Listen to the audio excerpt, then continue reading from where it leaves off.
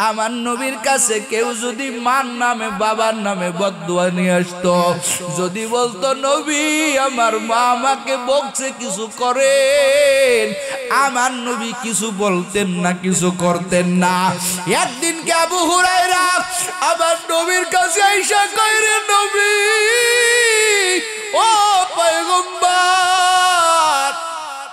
আপনার দরবারে আমি সময় লাগাই দেখে আমার মা আমাকে মেরেছে, আমার মা আমাকে রাগ করে কর্কশ ভাষা দিয়ে আমাকে গালিগালাজ করে।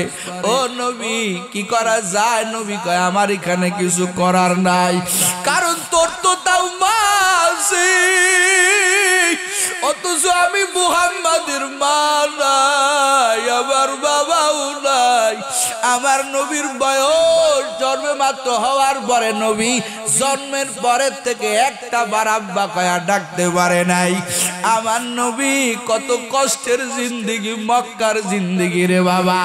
এরে যুবক, আজকে মা আছে, মাকে ধমক দাও, গালি দাও, বাবারে কবিটা উঠা ঝাড়ি দিয়ে বাবাকে তাড়া দাও না রে যুবক, না না। আমার নবী মক্কার জিন্দেগিতে গলিতে গলিতে ঘুরতো আর ফুপায়া ফুপায়া কান্না করতো, কারণ এটা এতিমরা ভালো বুঝবে, যাদের মা নাই, যাদের বাবা নাই, তারা বুঝবে মা বাবা হারানোকে যে কত ব্যথা।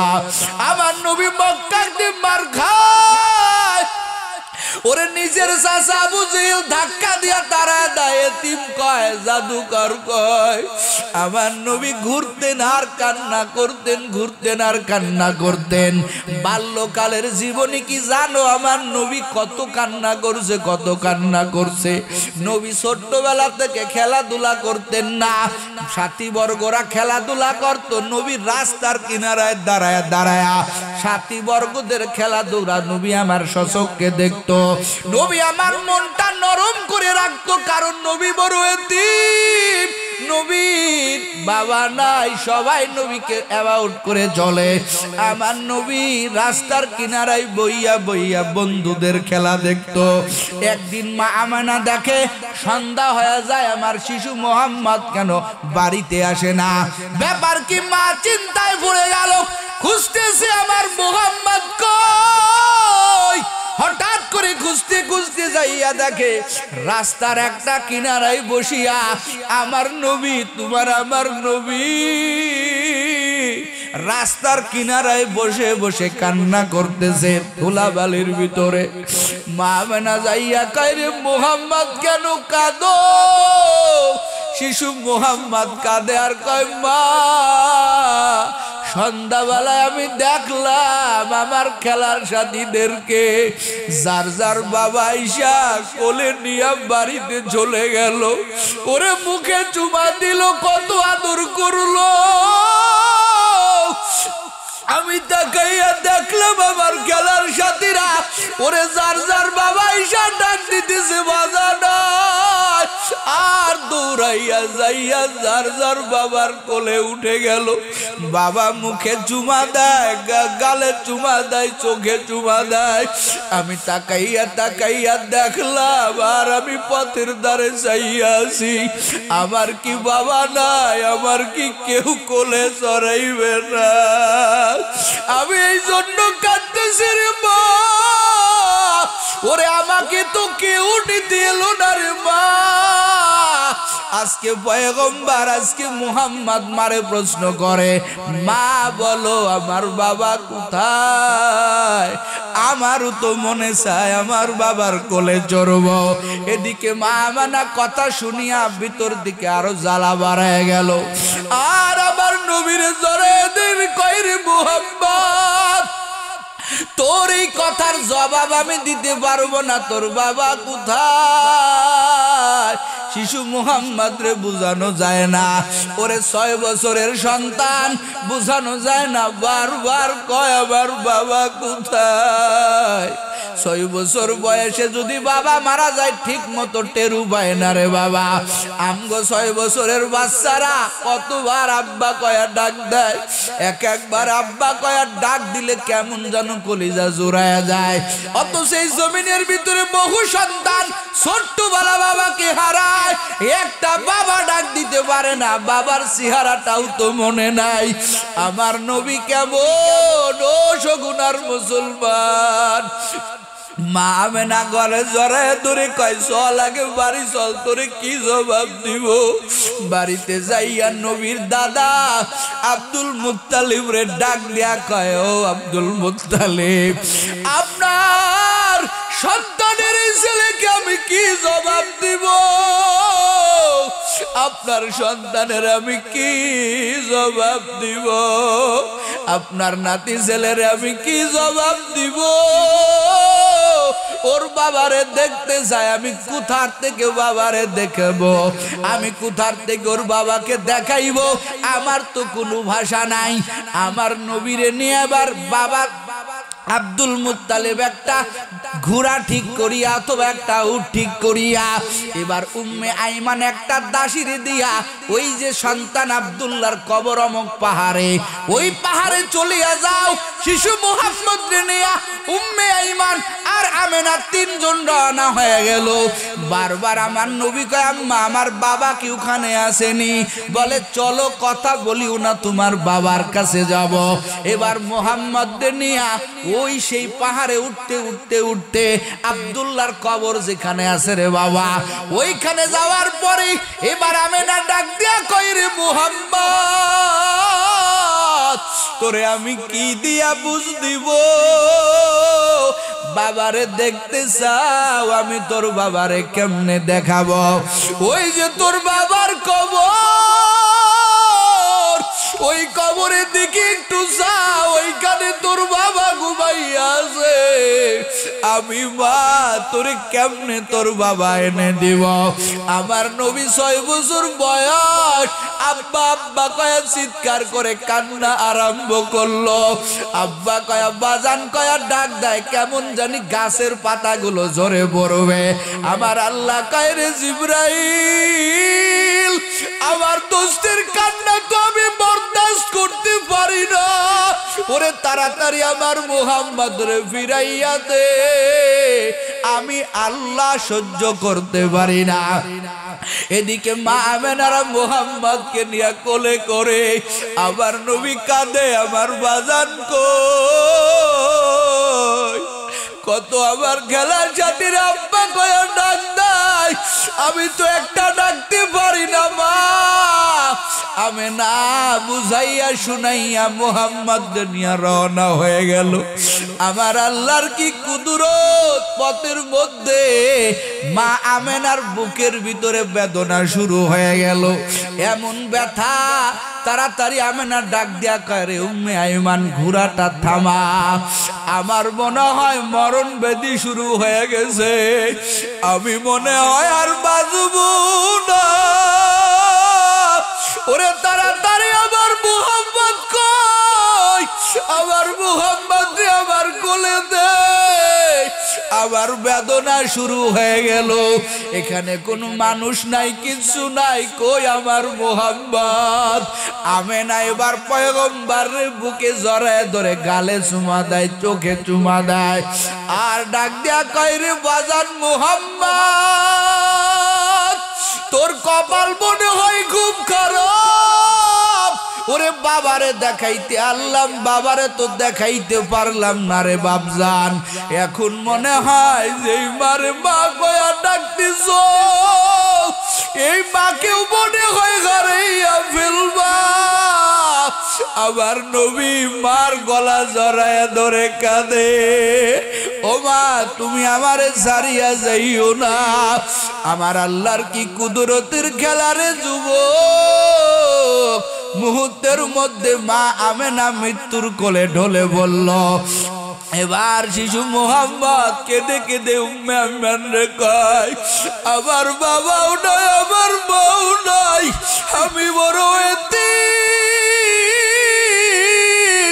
এই জমিনে আমার মা কওয়ারও কেউ নাই, বাবা বলারও কেউ নাই।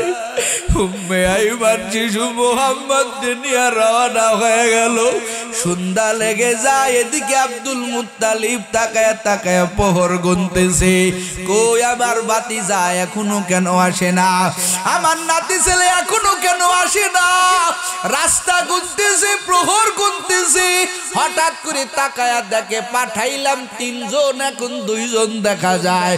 উম্মে আইমান কোলে করে শিশু মুহাম্মদ রে নিয়ে আইসা যখন রাখছে, আর যখন দাদারে দেখছে দৌড়াই আইসা দাদার গলা জোরে ধরে কান্দে আর বলে, দাদা আমি তো বড় এতিম, এই জমিনে আমার মাও নাই, আমার বাবাও নাই, আমি বড় এতিম। ও দাদা দাদা, আজকের থেকে আমি কারে মা কয়া ডাকবো, আজকের থেকে আমি আর কারে বাবা কয়া ডাকবো। এখান থেকে আমার আল্লাহ এতিমের মর্যাদা বাড়ায় দিলেন রে বাবা। আমার আল্লাহ এতিমের মর্যাদা আমার আল্লাহ তাআলা বাড়ায় দিলেন রে যুবক। আমার নবী এতিম দেখলে সহ্য করতে পারতেন না রে বাবা। ও আল্লাহর বান্দারা, ও যুবক, ও পর্দার আড়ালের আম্মা জান, এই মা বাবা আছে কদর বুঝো না, যেদিন চলে যাবে রে কাঁদবা, মাথা থাপড়াইবা, আর বাবা না। আমার নবী কোনদিন কোন মা বাবার বদদুয়া করে নাই। আবু হুরায়রা কয়, নবী আমি আপনার কাছে বদদুয়া চাওয়ার জন্য আসি নাই, আমার মায়ের জন্য একটু দোয়া করে দেন, আমার মা যাতে হেদায়েত পেয়ে যায়। আমার নবী দোয়া করলেন, হাত উঠাইলেন, আবু হুরায়রা একটা দৌড় দিল রে বাবা। আবু হুরায়রা কয়, আমি দেখতে চাই আমি আগে বাড়ি যাই নাকি আমার নবীর দোয়া আগে বাড়ি যায়। আবু হুরায়রা বলেন, আমি দৌড় দিয়ে বাড়ি চলে গেলাম। বাড়িতে যাইয়া দেখি আমার মাকে যখন একটা ডাক দিলাম, আমার মায়ের কণ্ঠের মধ্যে আমি তাওহীদের ঘিরান পাইলাম। একটু জোরে কান আল্লাহু আকবার। ও কলিজার যুবকেরা, এই নবী মা বাবাকে বলছেন খবরদার, সন্তানকে বলছে খবরদার, মা বাবাকে কোনোদিন কষ্ট দিবা না। যদি মা বাবা হারাইয়া যায় একবার ফেলো, হারাইয়া ফেললেই মা বাবাকে আর পাওয়া যাবে না। এরে যেই মায়ের দিকে তাকাইলেই, যেই বাবার দিকে তাকাইলেই একটা কবুল হাজির সওয়াব রে বাপজান। খবরদার খবরদার, এই মা বাবাকে কষ্ট দিবা না, মা বাবাকে সম্মান করো। আমার নবী কি পরিমাণ সম্মান করতেন রে বাবা। আমার নবী মাঝে মাঝেই ওই যে তায়েফে নবীর দুধ মাতা হালিমাতুস সাদিয়া রাদিয়াল্লাহু তাআলা আনহা রে বাবা, মক্কা থেকে অনেক উঁচুতে ওই তায়েফ, প্রায় 30,000 ফুট উঁচা, ওইখানে মাঝে মাঝেই নবী আমার খবর পাঠাইতেন, আম্মা জান আমার তো আপন মা নাই, আপনি একটু আসেন, আমি আপনাকে দেখতে চাই, একটু আপনি আসেন। নবী মাঝে মাঝেই উটনি পাঠাইয়া দিতেন। একদিনকে নবী আমার উট পাঠাইয়া দিলেন মা আমেনার বদৌলতে, যার দুধ পান করিয়া আমার নবী জীবন যাপন করলেন। আমার নবী যার দুধ কলিজার মধ্যে পেটের মধ্যে ঢুকাইলেন, এই বুড়ি মহিলা হযরত হালিমাতুস সাদিয়া নবী কথা বলতেছেন সাহাবাদেরকে নিয়া। এই বুড়ি মহিলাটা আসার পরে নবী আমার দৌড়ায়া গেলেন, সাথে সাথে নবী আমার দুটো হাত দিয়া কোলে করে নামাইলেন, নিজের চাদর মুবারক বিছায়া দিয়া ওই মহিলাটাকে, বৃদ্ধা মহিলাটাকে বসতে দিলেন। দীর্ঘক্ষণ পর্যন্ত নবী কথা বললেন। সাহাবায়ে কেরাম বলে, এত সম্মান কেন এই মহিলাটাকে নবী করলেন? আমার নবী সাহাবীদের ওই মহিলার সাথে দীর্ঘক্ষণ কথা বলার পরে যখন ওই মহিলাটা চলে গেল, সাহাবায়ে কেরাম বলে, নবী আপনি আমাদের বাদ দিয়া ওই মহিলাটার সাথে এত সময় ধরে কথা বললেন, ওই মহিলাটা কি? নবী কথা জিজ্ঞাসা করা মাত্র দুই চোখের পানি ছেড়ে দিলেন আর কান্নার আওয়াজ। নবী কয়, রে সাহাবীরা রে, এরে বৃদ্ধা মহিলা বলবি না, ইনি আমার দুধ মাতা হালিমাতুস সাদিয়া, যার বুকের দুধ খাই আমি বড় হয়েছি, মায়ের দুধ আমার কিসমতে তেমন জুটে নাই। ইনি আমার দুধ মাতা, আমি বড় সম্মান করি, বড় মহব্বত করি। এরে কলিজার ভাইরা ও যুবক, আজকে মাকে সম্মান করো না, মার মহব্বত তোমার কলিজায় নাই, বাবার মহব্বত কলিজায় নাই। কিন্তু কিন্তু তুমি মাকে কষ্ট দিবা, তোমার মা বদদুয়া করবে না। তোমার মা আসমানে দুইটা হাত তুলে দিয়া দোয়া করবে। মা বাবা কখনো সন্তানের বদদুয়া করে না রে বাবা। যত কষ্ট দিবা মা বাবা তোমার জন্য দোয়া করবে। আমি আমার ব্যক্তিগত কথা বলি, আমি নাইমুজ্জামান, কে চিনতো আমাকে? আমার মা আজও পর্যন্ত যায় নামাজে আমার জন্য চোখের পানি দেয়। আমার শায়েখ আল্লামা রসুলপুরি রহমাতুল্লাহি আলাইহি কেঁদে কেঁদে একটা কথা জোরে জোরে বলতেন, আমি আব্দুল মতিন নিসারী একটা অন্ধ মানুষ, আমার রাস্তায় রাস্তায় প্লেট নিয়ে থাকার কথা। আমি যেদিন কূপের মধ্যে পড়ে গেলাম, ওই কূপের মধ্যে যাই আমি একটা ডাক দিলাম, মা আমাকে বাঁচাও, আমাকে বাঁচাও। আমার পর্দা নিশিনী মা পর্দা বাদ দিয়া দৌড়াইয়া কূপের কাছে ঝাঁপাইয়া বলল, আমি কানা মানুষ দেখতে পারি না। আমার মা ওই দিনকে একটা দোয়া করেছিল, ও দয়ার মালিক একদিন আমি থাকবো না, আমার আব্দুল মতিনের কি অবস্থা হবে? আয় আল্লাহ তুমি ওকে কবুল করে নিও। আমার শায়েখ আল্লামা রসুলপুরি বলতেন, আমি মায়ের দুয়ায় এতখানি এসেছি, এই জন্য যুবকেরা রে আজকে মার পা ধরে মাপ যাবি। এই আদরের মায়ের মতো কোনো মা হতে পারে না, যেই মা আসমানে শুধু দোয়া করে, আল্লাহ আমার সন্তানকে কবুল করে নাও। মাকে গালি দিয়া বাইর হবি, মা তোর জন্য দোয়া করবে। আয় আল্লাহ আমার সন্তানের তুমি মাফ করে দিও, আমার সন্তানের নিরাপদে পৌঁছাইয়ে দিও। এই যে আজকেও আপনাদের মাহফিলে আসবো, সময় কম, হঠাৎ করে আমার মার ঘাড়ে বেদনা শুরু হয়ে গেল। আমি মাহফিলে আসবো, আমার স্ত্রী বলতেছে আম্মা খুব অসুস্থ, ঘাড়ের রগ ব্যথা করতেছে। আমি বললাম মাহফিল পরে, গাড়িতে তাড়াতাড়ি উঠাইয়া বাজারে নিয়ে গেলাম, প্রেসার মাপাইলাম, ওষুধ পানি ঠিক মতো দিয়ে আবার গাড়ি দিয়া বাড়িতে পাঠাইব। আমার মা কয় বাপজান ঠিক মতো যাইও, আমার জন্য একটু দোয়া করিও। ওরে কোন দিন জানি আমি সারিয়া চলিয়া যাই এই দুনিয়া। আমার মা আজও চোখের পানি যায় না মাঝে আমার জন্য দেয়। এলেমের জোরে চেয়ারে বসি নাই, কোন এলেমের বাহাদুরিতে চেয়ারে বসতে পারি নাই রে বাবা। এরে সগুনার মুসলমান ও যুবক, ওই মা বাবার দোয়া ছাড়া কোন লাইনে বড় হতে পারবা না, একজনও হতে পারে নাই। খবরদার খবরদার, মা বাবাকে কষ্ট দিও না। আল্লাহ কয় ইম্মা ইয়াবলুগান্না ইনদাকাল কিবারা আহাদুহুমা আও কিলাহুমা ফালা তাকুল্লাহুমা উফফি ওয়ালা তানহারহুমা ওয়া কুল্লাহুমা কাওলান কারীমা ওয়াখফিদ লাহুমা জানাহাদ যুল্লি মিনার রাহমা ওয়া কুর রাব্বিরহামহুমা কামা রাব্বায়ানি সগীরা।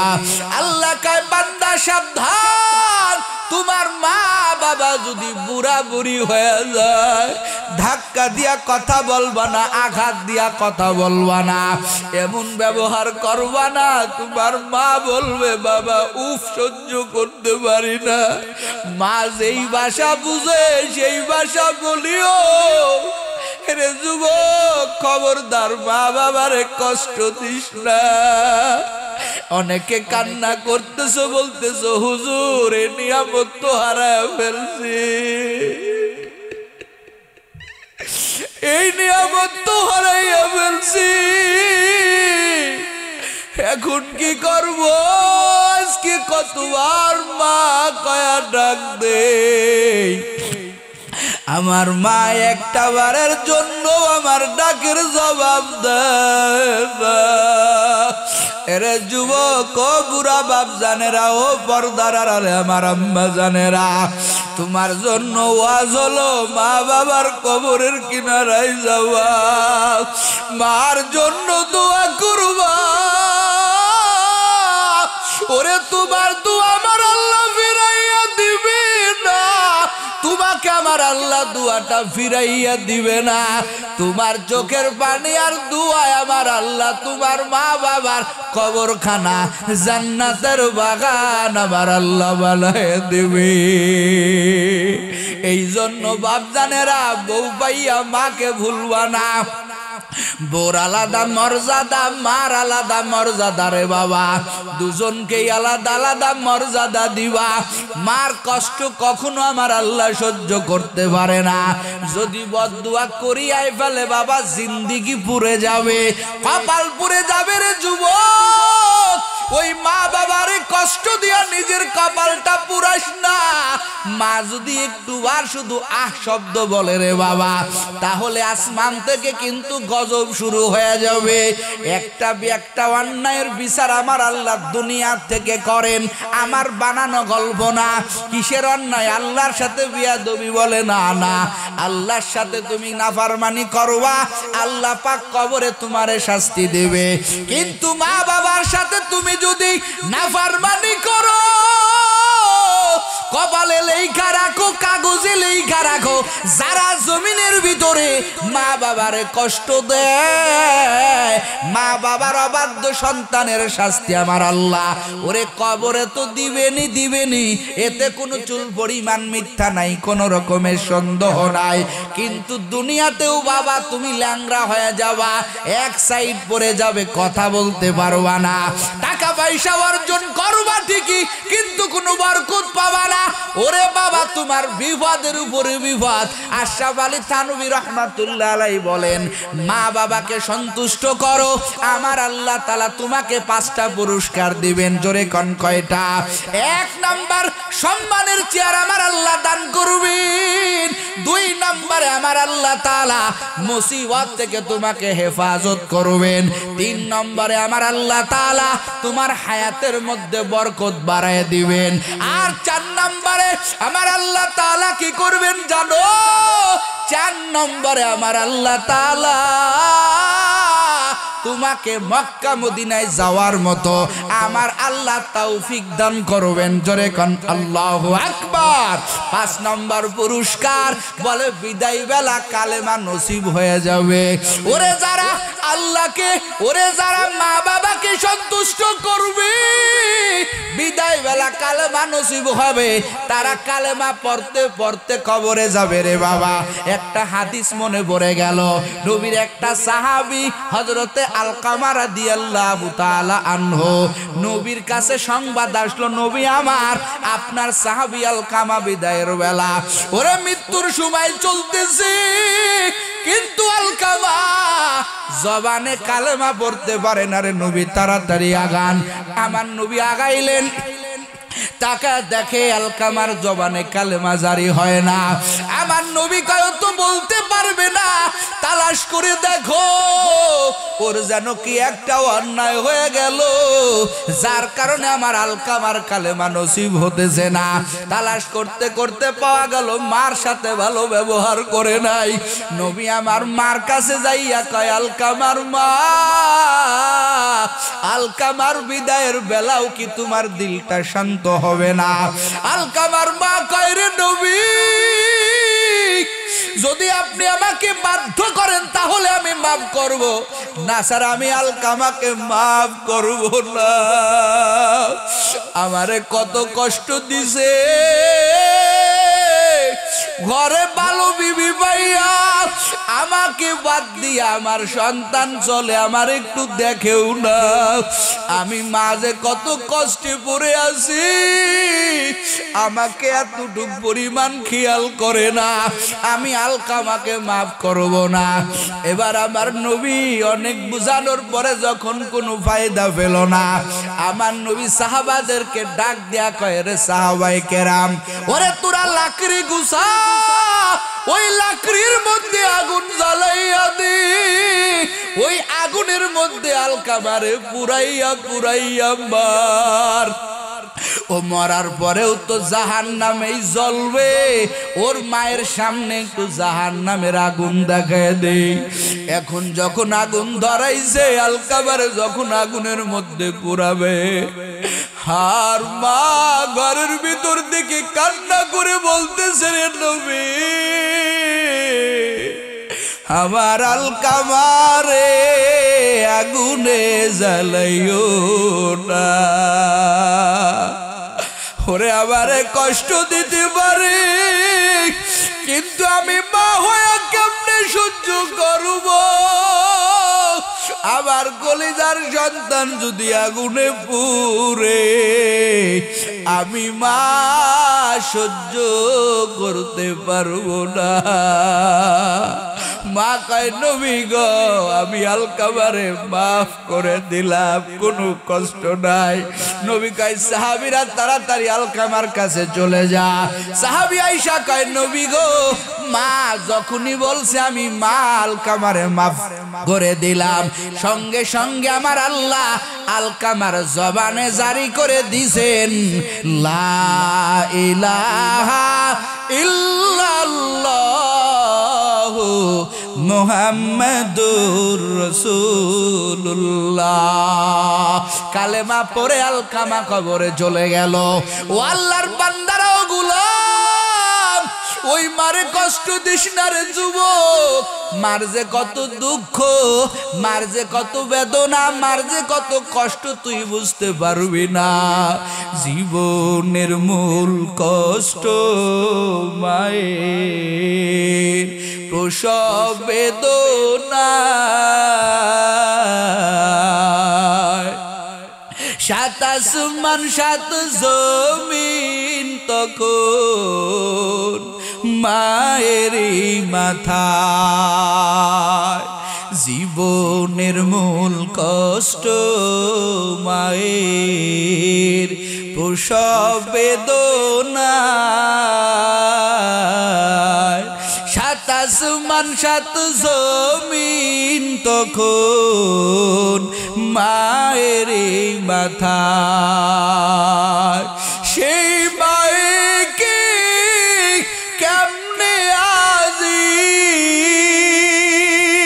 সেই মায়েকে কেমনে আজি যাব আমি ভুলিয়া। ও আমার প্রাণের মা, মা গো মা, কোথায় গেলে মোরে সারিয়া? জনম দুঃখী ইয়াতীম আমি, শায়নাকে হো ফিরিয়া। ও আমার প্রাণের মা, মা গো মা, কোথায় গেলে মোরে সারিয়া? জনম দুঃখী ইয়াতীম আমি, শায়নাকে হো ফিরিয়া। আমি যখন ছিলাম আমার মায়ের উদরে, চলাফেরা করলেন সে মা কত কষ্ট করে, ঠিক কিনা? আমি যখন ছিলাম আমার মায়ের উদরে, চলাফেরা করলেন সে মা কত কষ্ট করে।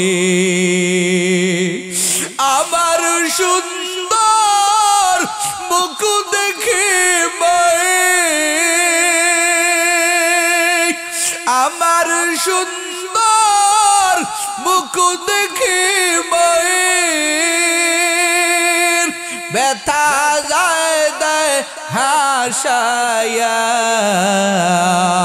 ও আমার প্রাণের মা মা গো মা কোথায় গেলে মোর সারিয়া জনম দুঃখী ইয়াতিম আমি চাই না কেহ ফিরিয়া ও আমার প্রাণের মা